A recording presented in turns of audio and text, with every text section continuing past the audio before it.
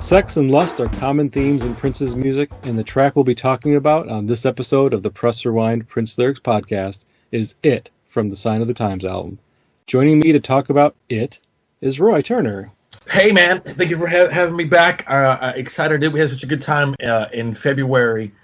And so, as you know, this song means a lot to me. It was my first, submission or iteration as part of the Purple Avengers, as we're calling ourselves, the Twitter threads, the mega threads, and as they were trying to do the Sound of the Times Super Deluxe box set, they asked me what song I wanted to do, or better yet, I insisted that I get to do it. Yes. Yep. And so we're doing it today, and you're my guest. So, it's the fifth track from the Sign of the Times album's first disc. It was recorded in May of '86, so these are just some of the housekeeping facts about the song, which is like 35 years ago, May of '86, and now it's May of 2021, so we've got a 35-year-old song that we're talking about here. Yeah, for sure. It never gets old, though, and the reason why it never gets old is because it's so unique in an already incredibly unique body of work on that his most unique and expansive set. It's when I wrote on the thread, I wrote that it's this incredibly strange microcosm that's part of a larger, even stranger macrocosm. Yeah, that's a good way of putting it. Yeah, it's a very eclectic. It's a very eclectic album, because the song that leads up to this was the Ballad of Dorothy Parker, which was kind of like a story song that, also had some sexual references in it, but it was more innocent. It is kind of down and dirty, This is what the song is basically about: sex. That's what it is. So there's really no beating around the bush on this one. Prince is really getting to the point of what he wants to talk about in the song. He doesn't really make any clever references or try to hide its intent in hidden meanings or metaphors. He's talking about it, which is sex, plain and simple. That's sure. The gist of the song. But I feel like not for long, though. Now, I get a little, I won't say annoyed, but like when people start to look for things and they bend the narrative with their own agendas, I grew up in the 80s, so I grew up in a time where people were, finding hidden messages that weren't even there on backward masking, all that nonsense. Yeah. Right. And what was the back cover of Hotel California was supposed to have this anything that's abstract, that's left up to interpretation. Usually that interpretation is always something sensational.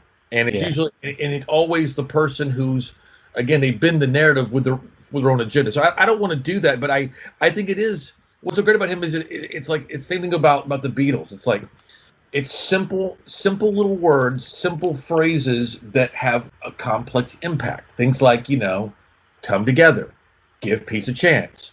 Who could write a song called It, and you know exactly what it is and what he's talking about, but again, not for long. He immediately veers to, I got to tell you what you mean to me. He's making declarations. So it's not as a simple, I love hair metal, but it's not like a simple song about, like a Kiss song, like let's put the X in sex. I mean, it's not something where there it is, there's nothing left to the imagination. That's just, I think he would, I don't even know if he could do that. He would almost be incapable of doing that. So I like how the song is simultaneously, like it's like the Beatles, simplistic, and yet, again, it allows itself for this greater conversation. Yeah. So I definitely want to have that conversation with you, because I think this song certainly is considered by many to be a very simple song in terms of what its message is and where its intent is. It's very sparsely produced, in my opinion. I mean, yeah, there's some stuff going on in the background. He adds some sound effects and some of those synthesized strings throughout the song, but it's just a really heavy drum machine. He uses the Fairlight in this song, and it's kind of repetitive in its music, which in some ways matches a little bit of the themes of the song and the tone of what he's singing about. It's almost like he has this kind of monomaniacal idea of sex that he's portraying in this song, where it's like all he can think about, it's all he can consider. And that to me, that's kind of like the general theme of the song. Not to say that there isn't aspects of the song and lyrics in the song and lines in the song that point to maybe something a little bit different, which is where you're going to come in, Roy, because I think that you have some ideas that I haven't really considered before. So I'm excited to talk about that when we get to it. As well, for sure. So just another thing about it, it's like, this is a song that he didn't really play live in its entirety as it was presented on the Sign of the Times album. He liked to interpolate the song with other songs. He sometimes did it with When Doves Cry. He sometimes, just from like the music standpoint, he added some lyrics in with Forever in My Life during the Silent Times and Love Sexy tours, and then on the Diamonds and Pearls tour, he interpolated aspects of it with Thieves in the Temple. But right. It isn't a song like he just played, the 5-minute version of the song, similar to how it's presented on the album as a standalone song on stage. It just wasn't something he did. He liked to, like I said, interpolate things and just add pieces of it to songs to make them new or make it interesting, or just to give the audience something familiar from the Sign of the Times album. It's like, oh yeah, that's it. That's right. That song from Sign of the Times. But let me say this though. I do feel like that where if that song does have any peers within the Prince catalog, and for my money, what I enjoy the most, like people would say like his best songs are songs like Purple Rain, of course, these lush and these amazing, his guitar work and these all different types of changes and I love that stuff. But for me, the stuff that I always return to and that I listen to, I think the most that isn't played for me is this very syncopated, repetitive stuff. If you look at a song, let's say like a song like Bob George, right? Well, all it is a very simple thing like dun dun dun dun dun dun dun dun. It's that one change, right? Okay. Automatic from 1999.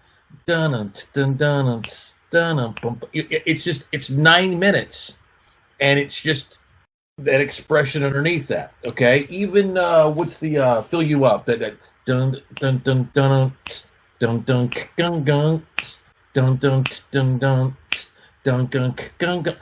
That's it. There's no guitar solos in it. There's no fiery melodramatic middle piece. So if it has any peers, I feel it will be that, because that's the stuff I always become addicted to. But where it works and where it's so masterful, all those songs, but especially it. This is where he's perfected, is my point. Because Fill You Up was back in 1999 days as well. We didn't hear it till later.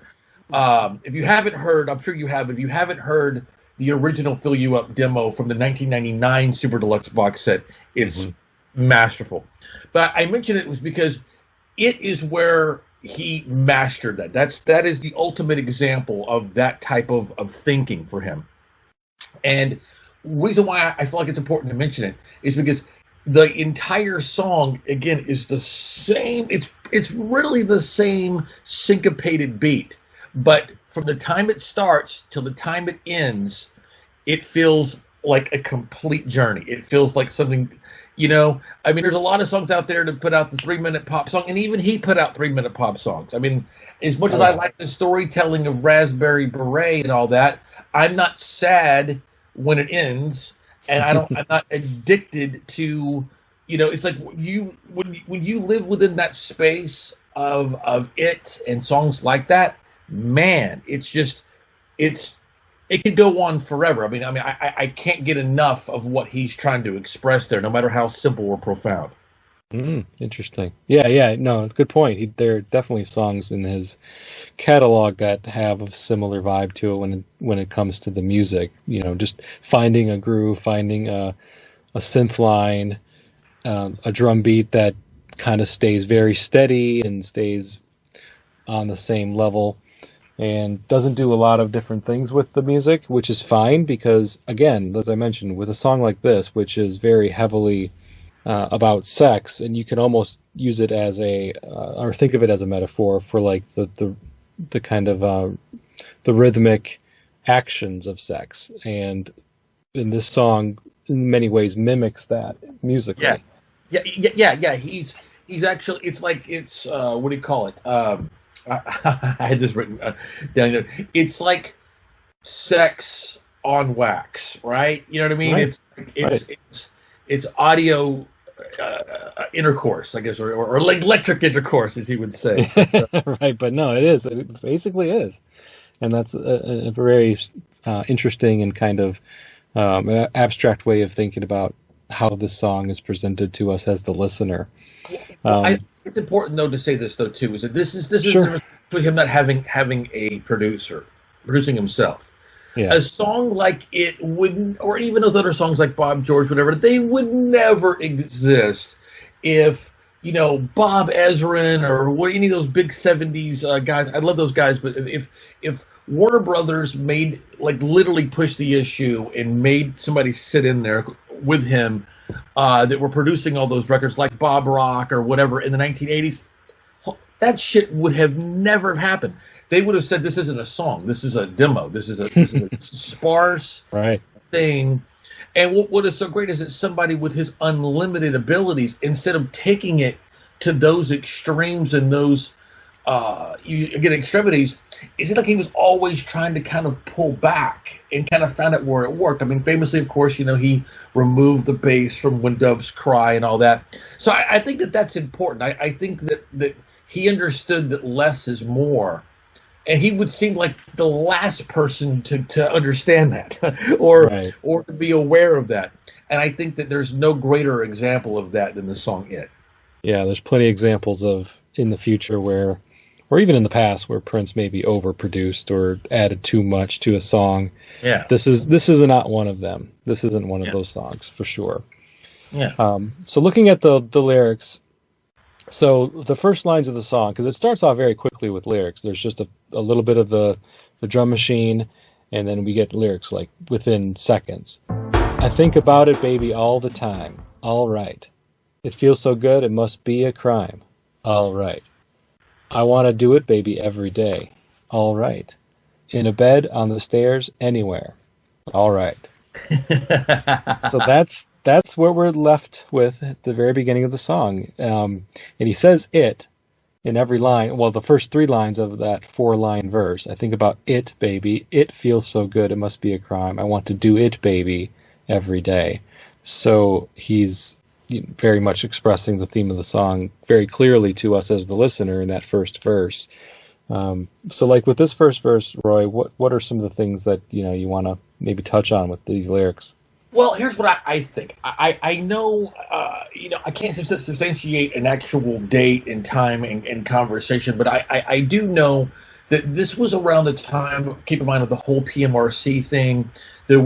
He was hearing things like stories about things that happened before him, like how famously, like when the Doors performed on the Ed Sullivan Show and they were going to do I forget, or was it the Rolling Stones? Like, Let's Spend the Night Together. They had to change the songs. You had to change the kind of lyrics. This is somebody that is the ultimate rebel. He's almost kind of the original rebel in a sense. So I kind of felt like that there's something about these lyrics where he is going to be direct and non-direct at the same time to perhaps poke fun at that. Like, it wouldn't be like he could be rebellious by being super duper, dirty, like in like Shockadelica and things like that, which were also around that time. Yeah, I mean, he could say the F word instead of it. He could say that on every line, and this would be a it would have the same impact, but it would just be way more explicit and more shocking. I don't think it would have the same impact. I think that's one thing. Again, back to the less is more. I think that anybody can get on there and say fuck this, and I fucked her, and all. Sorry for. I know you may have to bleep all this out on your show, but no, I don't have to bleep these out on my show. So it's all good. He could have gotten totally nasty, like super nasty, but I don't know. There's just something about the way that he says it, like he's being very direct. But that doesn't really feel like the agenda. I don't really feel like the agenda of the song that what he's trying to express is, hey girl, you didn't know this, but I want to screw you all the time. I mean, like anywhere, like a literal conversation. To me, as literal as it sounds, I don't think that there's anything literal about this song. I think it's very abstract, because again, he immediately veers off into this whole idea. And we'll get those lyrics next, whatever. Which I won't get ahead of you, but I feel like that he immediately veers into something else that takes you in a different direction, where you're not really thinking about sex anymore. Interesting, because I really always kind of took the song to be almost like an expression of like obsession of sex, and like he's like a man who is obsessed with the ideas of it, with the thoughts of it, with the concepts behind it, the pursuit of it. That's what I've always kind of taken the song to be. So I'm interested to hear your theories on maybe some alternate ideas about this song, because that's really what I've always gotten from this song. So let's get into the next grouping of lyrics. So I want to do it, baby, all the time. All right. Because when we do it, girl, it's so divine. All right. So he's, again, he uses the word it to describe sex again, as he does throughout the song. When we do it, girl, it's so divine. So basically here I just get like him kind of using divine as a more of a descriptive term that elicits a bit more of a religious thoughts. Sure. When I think of divine, I think of almost divine in its religious context, not so much in a sexual context, which again, he's done that throughout his career, mixing the imagery between religion and sex, intertwining them seamlessly throughout his career and throughout his lyrics. So that's not really that surprising for him to do that here. I could be guilty for my honesty, all right, but I've got to tell you what you mean to me, all right. With you, I swear I'm a maniac, all right. You see, it ain't no joke, just a natural fact. All right. So let me hear your thoughts now on this. Let me clarify it there. I thought so. To me, I always heard it as I won't feel guilty for my honesty. Is that not the actual correct lyric? Have I been hearing that wrong for 35 years? Well, let me. So I'm going off of a website. Let me go grab my Sign of the Times disc. I'll be right back, and we'll clarify that. Okay, because that's a whole different context there.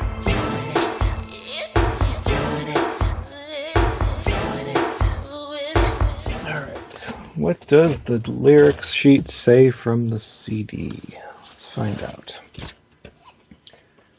That was the whole thing back then too. Remember how you would like listen to the music and you'd hold the lyric sheet if there was one, and there wasn't always one with his stuff.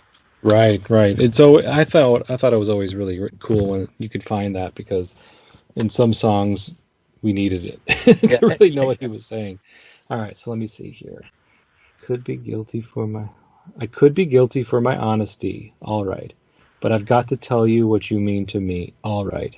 Okay, so kind of the same thing. So I always thought it was like a defunct, like I won't feel guilty, but I could feel guilty. But he's still kind of saying the same thing, but I'm not. You know what I mean? I could be guilty for my honesty. So what I take from that is, because he's being so blunt and so truthful with his intentions in the song, like I just want to do it all the time. I want to do it every day. That some would say maybe you shouldn't express that. Maybe that's a thought you should just keep in your head, Prince. Right. But instead he's saying, well, I guess I'm guilty for being honest, And so that's kind of how I take that line. But I've got to tell you what you mean to me is the next line, though. That one's kind of interesting. It is, because he goes, I got to tell you what you mean to me, all right? So I think that there's a part where the lyric doesn't mean anything, where it's just a device to fit the syncopation. And in this case, and he does this a lot in his music, and especially around that time, is he'll find a way to kind of sum it up. He'll kind of put the exclamation point at the end of the sentence, as it were. This is kind of a James Brown type kind of thing. This is like Prince's version of the ha. You know what I mean? The James Brown, I, or the ha thing, because this is the school that he comes from. Mm-hmm. So beginning and ending or wrapping it up with all right doesn't really mean anything. It might as well not even be a lyric. You see what I'm saying? It's just a way to put a bow on it. Okay? So that one you can kind of dismiss.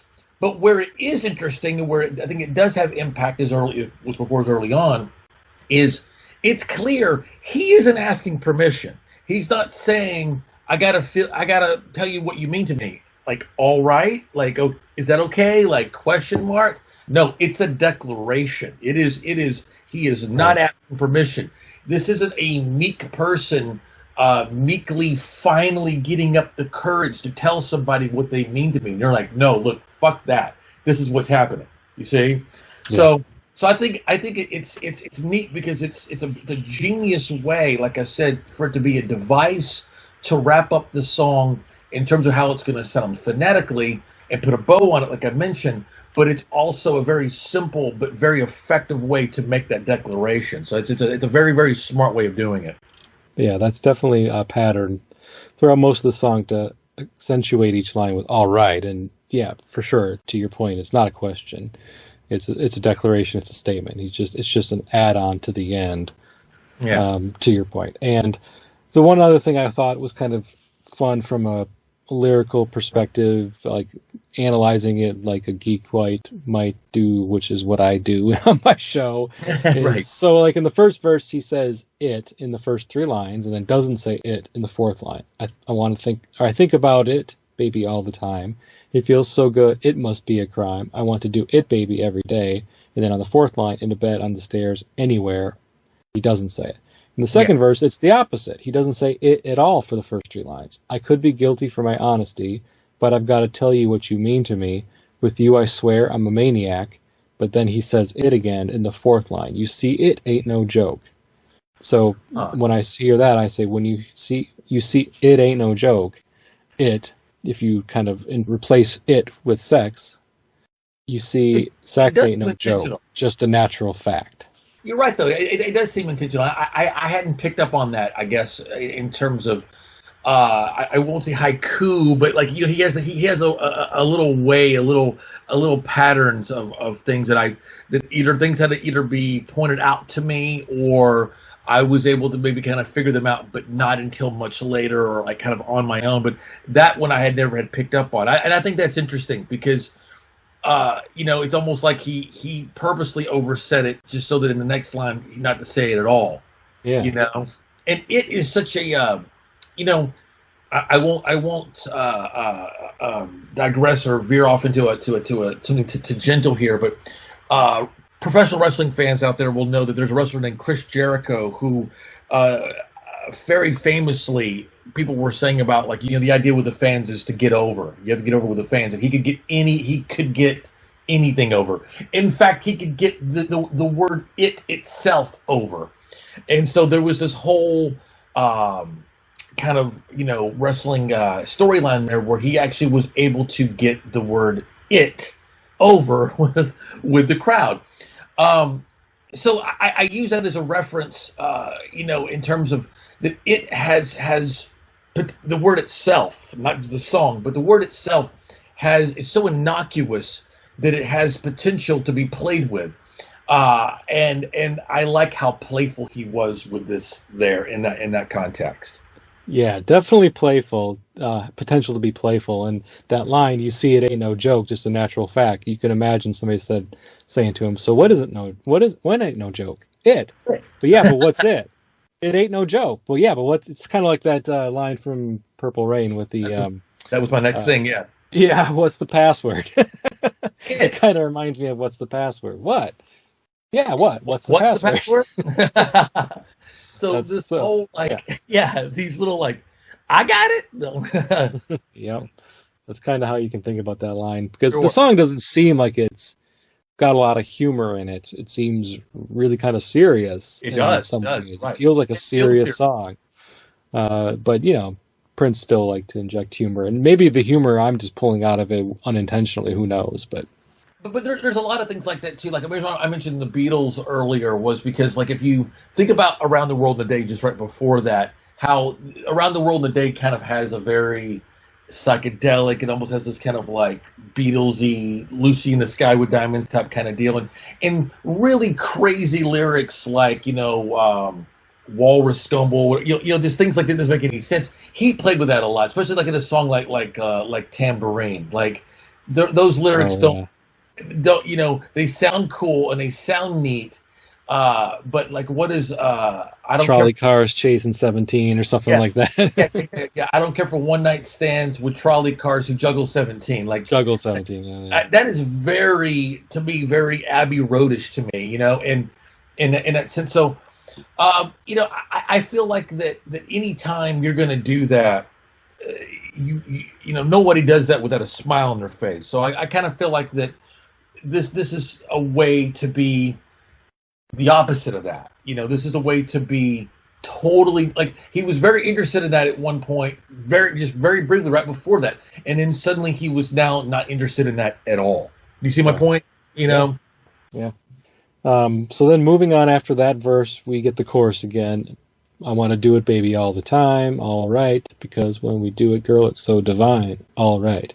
And then here he says, just repeats doing it, doing it, doing it, doing it before we get the guitar solo that kind of smack dab in the middle of the song. We get a guitar solo, which is a pretty good guitar solo, I would say. It's actually welcome because it kind of breaks the monotony if you're trying to, or if you're feeling like the song has been very very samey throughout this period, and you get this guitar solo. It's like, cool, something, a new musical burst. I'm into that. I dig the guitar solo here at this point, personally. Well, I talked about it a little earlier about Automatic and like Bob George and stuff, whatever. Like that little thing he does at the end of Bob George, where he kind of lays in this real almost eerie. Speaking of the Beatles, almost a very chaotic George Harrison-y almost kind of a guitar thing there at the end of Bob George. I like to mention Automatic because Automatic is very samey for 9 minutes, but for me that's why it works. Do you know what I mean? And there's a single break in Automatic around the 7.5 minute mark where there's no lyrics and it just goes, everything just kind of comes to a stop and starts up again. Like when it goes, there's that dun dun dun dun dun dun. Yeah, yeah. And then off you go, and you're just like, that to me that is like the greatest like break ever in his stuff. I look at this guitar solo similar in that way because it is samey, it is why it works, but it's not. It doesn't feel like a solo. It doesn't go over here. It doesn't feel formulaic. It doesn't take you out of it. You know what I mean? It's just more of the pepper on the steak, man. You know what I mean? It's not how guitar solos are typically designed to do. Yeah. The drum machine and synth line that permeates throughout the entire song is still behind that guitar solo. It's not like he changes the music behind the guitar solo. The guitar solo is just placed on top of the music that he was just singing over before. So you're right. He doesn't really veer off in a vastly different direction and take a different path for this song. It's just, I was doing this, I was singing over this synth line and this drum machine. Now I'm going to play guitar over it, and now we're going to return right back to where we left off. Totally. And where he left off, and almost to the point where he okay, let me back up, because he repeats the same lyrics after the guitar solo that he sang in the second verse. I could be guilty for my honesty, but I gotta tell you what you mean to me. So he repeats those two lines out of that. He doesn't say, with you I swear I'm a maniac again, but he says I could be guilty, and I gotta tell you what you mean to me. So he, once again, it's like he wants to, just like previously on It, he wants to right. remind everybody where he left off before continuing on in the song. And actually, at this point, I don't know if you noticed, but there's times in the song not just at the end either when it's more obvious, but you hear him kind of like whispering, almost like sinister, come on, like that in the Yeah. background. It's a little unnerving. It's almost, sounds like he's really, like he's possessed a little bit. And that's kind of why I feel like this song is trying to, or, the intent is maybe to convey an obsession to the point where he's almost being a sex pest, just like trying to get somebody to sleep with him. Come on. And maybe Right. that wasn't the intent, but that's kind of how it comes across to me, at least in 2021, maybe in 1987. It just seemed like, maybe a little less sinister, but I don't know. But again, I don't mean to bend the narrative to my own agenda, but I just feel like that when he says, I gotta be, I gotta tell you what you mean to me, or like with you, I swear I'm a maniac. There's something about when I hear that to me where it does not feel like he is speaking to one single person. Hmm. To me, I when I hear it, I'm not picturing him in bed or talking to one specific person, probably a girl, about these feelings that he's bottled up inside. That has never ever occurred to me ever. Like, to me, it's like in 1987 when he's saying this stuff. To me, it's like it's a middle finger. It's a complete and total rebellious act that he is not saying what you think he's saying in the song. He is speaking to the public at large, the recording industry at large, and just to people who want to have an idea of what they think he is or what he should be. Like, I don't know. I don't mean to turn it into some sort of like, individualistic anthem. It's just, maybe it is just a simple, fun song about getting it on with some hot chick.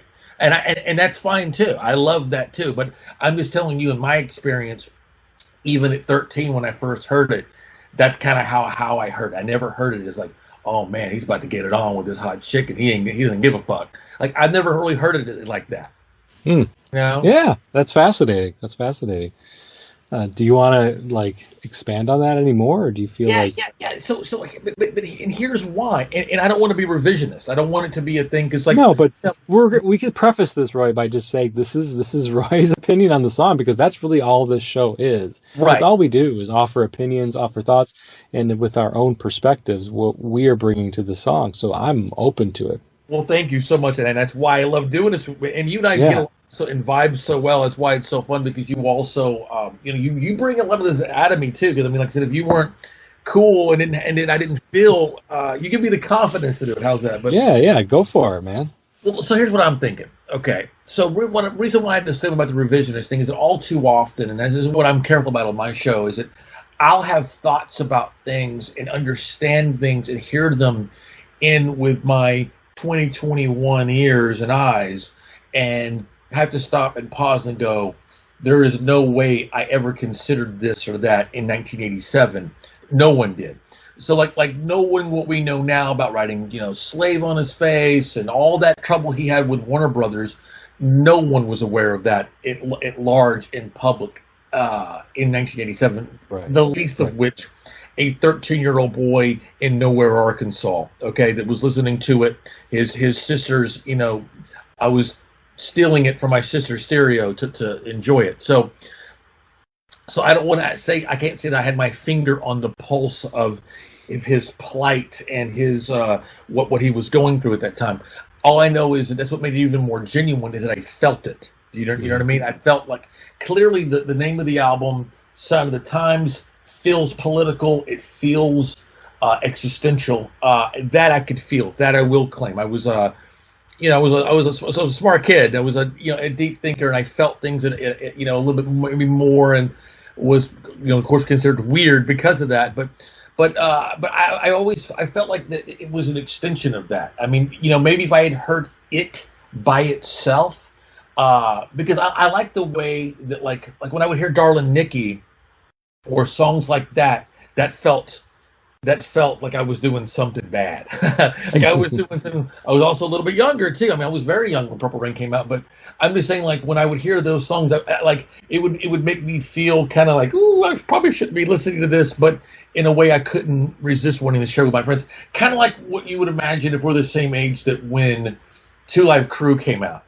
Like, I mean, that was listening to that and records like by Ice-T and stuff like that was kind of our middle finger to, you know, we're gleefully getting away with something. So you know, so to get back to it, I feel like that you know, again, you know, I didn't hear that song is like I heard Darling Nikki, like, oh man, I can't wait to share this dirty song about having sex with my friends that's so naughty you're not going to believe it. You know, maybe the bar had been raised by that time. Maybe I was older, but I just felt like that, you know, and if I'd heard it without hearing the title track or the whole album as a whole, I don't know. I don't know if I would have still have only heard it as just like a little sex anthem. But there's just something like I can't, even without trying to be revisionist, there's something I cannot separate about this song "It" without the color of the album cover, the way that it looks, and the way that makes me feel, the way that you know, that bass line at the beginning of "Sign of the Times" makes me feel. It just it feels the same way. It feels cold, it feels dark, and it feels awesome and defiant, like gleefully defiant, in a very, very masterful, simplistic way.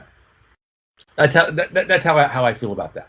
Yeah, alternate takes and personal perspectives are what the show really is all about, other than just dissecting Prince lyrics and seeing if we can come up with anything interesting or new to myself or my guest at the time. So yeah, that's cool. Thanks, Roy. Of course. So I think that's what's important to me about this song, "It," and I also think that's why it became so influential, as I talked about in the thread as well, is that as weird as the album gets and it goes all over the place, not all of them lend itself to influence, and I think that's why it became so influential, because, like I said, it's direct and abstract somehow simultaneously. Yeah. So then if we move on through the song, we do get the chorus again, and it's kind of an extended version of the chorus, and he's got his vocals and behind his own vocals, so he's got multi-tracked here. I want to do it, baby, all the time, all right, because when we do it, girl, it's so divine, all right. I want to do it, baby, all the time. You see, it ain't no joke, it's so divine. I want to do you, baby, all the time, because when we do it, girl, it's so divine. So he's kind of repeating some of the same lines that he's already sung earlier in the song as part of this chorus. Not much else to say about that, but I do want to talk about that last verse, which is definitely a different structure from what he had been doing. And here he's singing it differently. It's like there's a slight musical change. It's just, you want to think about it. You want to think about it, baby, all the time. And then in the background, thinking about it all the time. And he says in the forefront, fucking on your mind. So, you know, he doesn't play around with the language. And he is much more blunt in this verse by saying fucking on your mind. Yeah. Feels so good, must be a crime. Okay, so what I thought was interesting here is how he changes the pronoun from me or I to you. So in the first two verses, he's like, I think about it. I want to do it. I could be guilty. I'm a maniac. Here it's you want to think about it. You want to think about it. Right. You know, he's saying fucking on your mind, not my mind, your mind. So yeah. Right. It's almost like he's using like a Jedi mind trick on his prospective mate here and trying to get her to get on the same page as him, basically.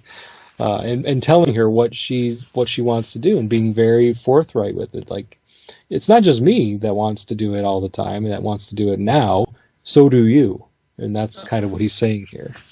Well, you know, I've always liked that about him, or I found it interesting that I don't think that he would know not how to do that. And I think that that's what makes it feel so real, is because it's so natural. I'll make a comparison for you. Whenever you hear songs that are usually typically about sex from a male perspective, they're always, let's say, like in a hip hop song, or even like maybe more of a kind of a raunchier, or like, I'm sure you know who Cool Keith is, right? Yeah. Ultramagnetic Okay. MCs. Yep. Right. Dr. Octagon. Yep. Right, sure. Typically, when you, or even like I said, in like some Kiss song, the male perspective of talking about sex is never from a woman's perspective.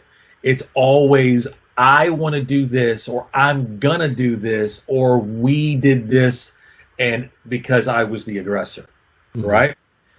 If you think about it, this isn't the only example. There are so many things. Of course, famously, he did the whole song, of course, If I Was Your Girlfriend, from that perspective, right? But just small little things like where he whispers into her ear on, what's the song where he says, where he asks, he goes, hey, have you ever kissed another woman on the dance floor? Yeah. It's not his style.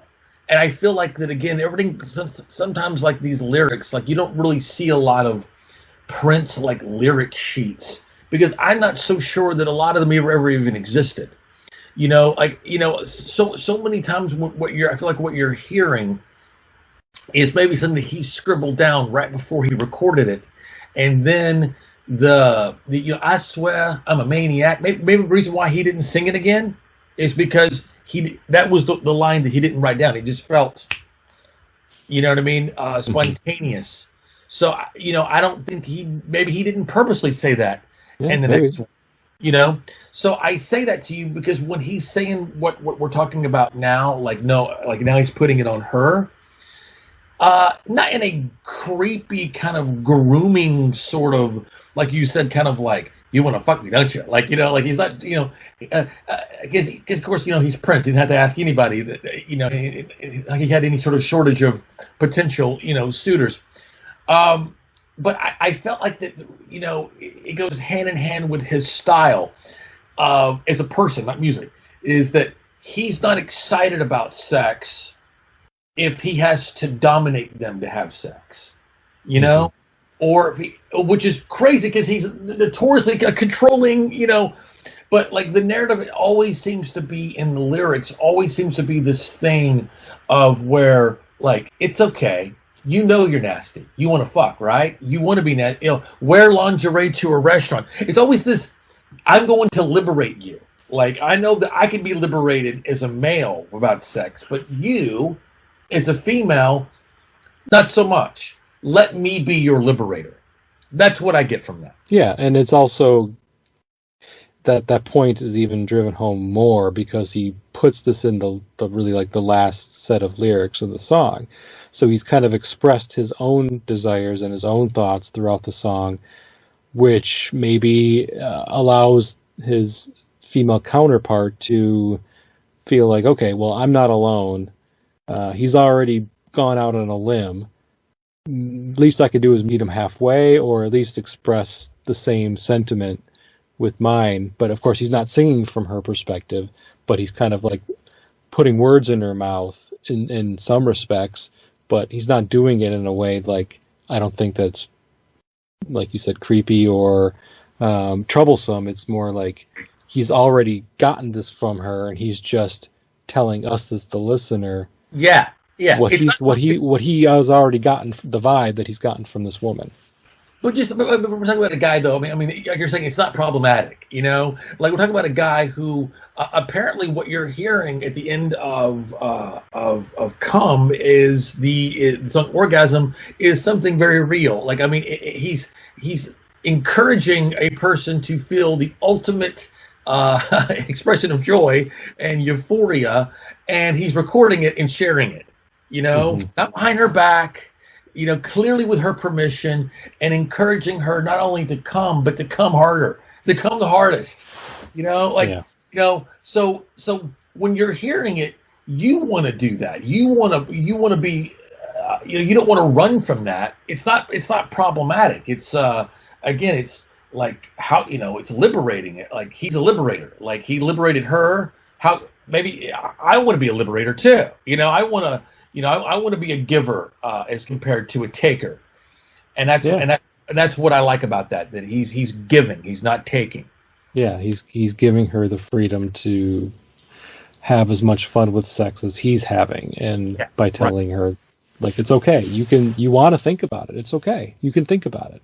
There's nothing problematic about it. It's just real. It's just natural. Yeah, it's very straightforward and real and natural to your point. And no, you could put the song on, and even the fucking on your mind line. It's not said so brazenly that it's screamed or said in like a vacuum. It's just part of the song. It kind of flows in. You almost miss it if you're not really paying attention. Yeah, for sure. You could easily miss that he even swore in that song if you're not really paying close attention to it. So to its effect, it makes it seem less explicit and just more of an expression of lust, sex, obsession, and how that can liberate somebody. I think being able to admit that you like, if you like sex a lot, why not admit it? What's the fear that you're going to be judged, that you're going to be considered a slut, a whore, or a man whore, or whatever the man equivalent of that is. Right. And just that fear of judgment from society, and Prince up to this point up to 1987 had never really made it a secret that he enjoyed sex and that he enjoyed singing about sex. So to put a song on an album called for it to be about sex is not shocking. It's not surprising. But what it does is, especially with that towards the end of the song, when he's kind of putting it back on the woman, it allows, his freedom of expression that he's experienced and that he's, allowed for himself throughout his career. Other people can have it too. It's kind of like where I'm getting from that as well. Like, you can have this kind of freedom. You can have, why be afraid? Don't be afraid to admit if it's something that you think about and that you want to do. It's okay. And so in that way, it is almost like a empowering song in some ways. Yeah, for sure. Strangely enough. All right. Well, I think at that point, any new lyrics are done. I've already talked about how there's that whispering in the background, and that's kind of how the song ends. You hear him speaking lines kind of in a very low in the mix, sort of whispering. He says the "come on" again multiple times. You hear some lines, you kind of like, you're not exactly sure what he's saying, but then you hear some words that sound similar based off of the previous lyrics. And so I think he's just kind of repeating lines from the lyrics, or maybe ad-libbing a little bit, but it's basically the same sentiment that he's expressing here throughout the rest of the song at this point, and it's more of like just behind the music a little bit and low in the mix. Any opinions on that, Roy, or do you agree with that? I do agree with that. I think that you're right on the money there. I think that again, like I said, there was this. It wasn't overthought. You know what I mean? It wasn't thought out at all. In terms of this epic type of plan of how to make that work, and it feels spontaneous. And I think that you framed that well in the way that you said that. Yeah, it does definitely sound spontaneous to me. Yeah. All right, but yeah, that's it. That's the song in a nutshell. So we kind of covered it, and we talked about some interesting things with this song that I didn't think, places I didn't think we were going to go, which is cool. Hell, man. Awesome. Thanks for that. My pleasure. Thank you for having me. Do you have any final thoughts about the song that you haven't already expressed that you want a chance to do?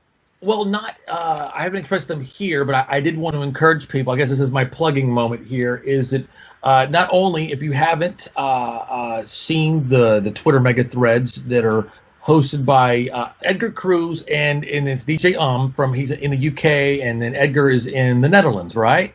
And they host where they pick a record, a Prince record, and then they take each track and they assign different Prince scholars from all around the world, and Jason and I happen to be a couple of the ones that have participated, and so if you haven't checked that out, definitely do that. But I did something with my thread when they assign you a song or you get to pick a song and you do this long thread. I actually did an audio version I've done 3 so far. I did It, of course, was the first one, A Wonderful Day, and In a Large Room with No Light. But It is the only one that I actually did an audio version for my own podcast, which is called Tricky Kid Radio. That's available, of course, on all the platforms, Spotify, iHeartRadio, all over the world. And something pretty cool is launching on Prince's birthday on June the 7th. Is that right? That's his birthday, right? You got it.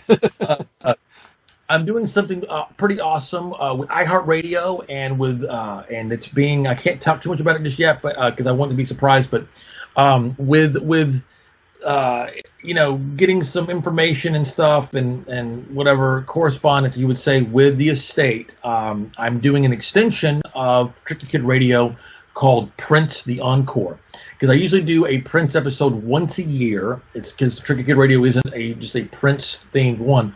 But I started thinking about it, instead of doing one a year, and then sometimes like 2 a year, and I already had like 8 in the can. Why not make it maybe like a once a month kind of deal? And because I don't want to, there's so many out there, and I want it to be unique, kind of like yours, Jason, where it's just about the lyrics or something, but where I'm not competing. It's just like a people's history. So June the 7th, exclusively on iHeartRadio, and then the rest of the world, the following, I think the next week or the next day, look up Tricky Kid Radio presents Prince the Encore. And it's going to be a very, very special episode with lots of neat new stuff. And we're going to do it once a month from then on. Of course, it's its own podcast. So if you subscribe to Tricky Kid Radio, you also will have to subscribe to this one. Of course, it's free. But on that Prince the Encore is also, again, is the audio version of the mega thread that I did to It. And what's interesting about that, one reason why I did that, was because I did an entire interview with the great Alan Johannes, who was in a band with his unfortunately late wife, Natasha Schneider. And the reason why I interviewed him was because he did an amazing cover as part of, if you're familiar with the band Queen of the Stone Age, they have kind of an extended deal, like Prince has like The Family. Queen of the Stone Age has a thing called the Desert Sessions. And the label was needing like a B-side to one of the singles. And Alan put together an arrangement without the Fairlight, by the way. And we had a great conversation about it. And come to find out, people are familiar with Randy St. Nicholas, who she was a photographer that made the 21 Nights, table book. Yep. She directed a video for by the band 11 from Alan's band, and Prince saw it, and so much he loved it so much and loved them so much that the very little unknown fact that he actually was entertaining the idea and was seriously considering having Natasha and Alan join and become an extended version of the New Power Generation. And a lot of people don't know that. And it's a fascinating interview. Alan is an amazing dude. Like he's that guy that he should be like the biggest star in the world, because he's the nicest guy. He can play every instrument. He can do it all. And it's all so unique and well done. So you can hear me actually recite the audio from the thread, and then you can hear all of Alan's my interview with Alan Johannes. So check that out. Again, it's available now. That episode is on my website at trickykid.com. But again, make sure on June the 7th you're subscribing to Prince the Encore for the very first episode from that. And right behind that, again, will be this is the Sign of the Times episode just about the song we're talking about today, which is It. It indeed. And I enjoyed it very much, this conversation with you, Jason. Thank you so much again for having me, my friend. Anytime, Roy. Anytime. So yeah, looking forward to that. Looking forward to June 7th, Prince the Encore. We'll check that out for sure. Thank you. I'm also on Instagram under DJ Tricky Kid. I have a alter ego where I do I jump on the ones and twos. I do, and then also on Twitch. Stream is also under DJ Tricky Kid, and I do a Prince set every Sunday night, playing all types of different stuff. And a lot of stuff is available now, but how that started was I've been a tape collector, for 20 years, and I even have some stuff that I was very grateful to have gotten from Brown Mark and a bunch of the other people who have a lot of neat stuff. So this was kind of a way of kind of opening up my vault. So make sure you check out the Twitch stream every Sunday under DJ Tricky Kid. You might hear something you never heard before, or live stuff, or even just stuff that I've collected over the years. Twitter under Tricky Kid and the number 2, and of course Facebook under Tricky Kid Radio Podcast and my name, Roy Turner. But make sure you go to the all new trickykid.com. That's tricky with a dash kid.com. And obviously you can subscribe to all the podcasts on Spotify, iHeartRadio, or wherever you get your podcasts, whether you're an Android or a regular user. We're all there. So I hope you guys will check that out. Cool. I'll definitely put links to everything in my description for people to access quickly when they need it. So, all right. Thanks again, Roy. And my name is Jason Brenninger. This has been the Press Rewind Prince Lyrics podcast. You can find the show just about anywhere: Apple Podcasts, Spotify, Stitcher, iHeartRadio. Would love it if you enjoy the show to rate and subscribe. It helps a lot. And also you can find me on Instagram, Facebook, and Twitter at Press Rewind Pod. And also have a Discord. I'll put the Discord link in the description as well. And until next time, thank you very much and goodbye. Thank you, my friend. And I'm a fan of this show, so people who just heard that plug, you should subscribe. It's a great show. And it's my pleasure to be on again. Thank you so much. Thank you so much. Thank you, Jason. Cheers to you, my friend. Bye-bye.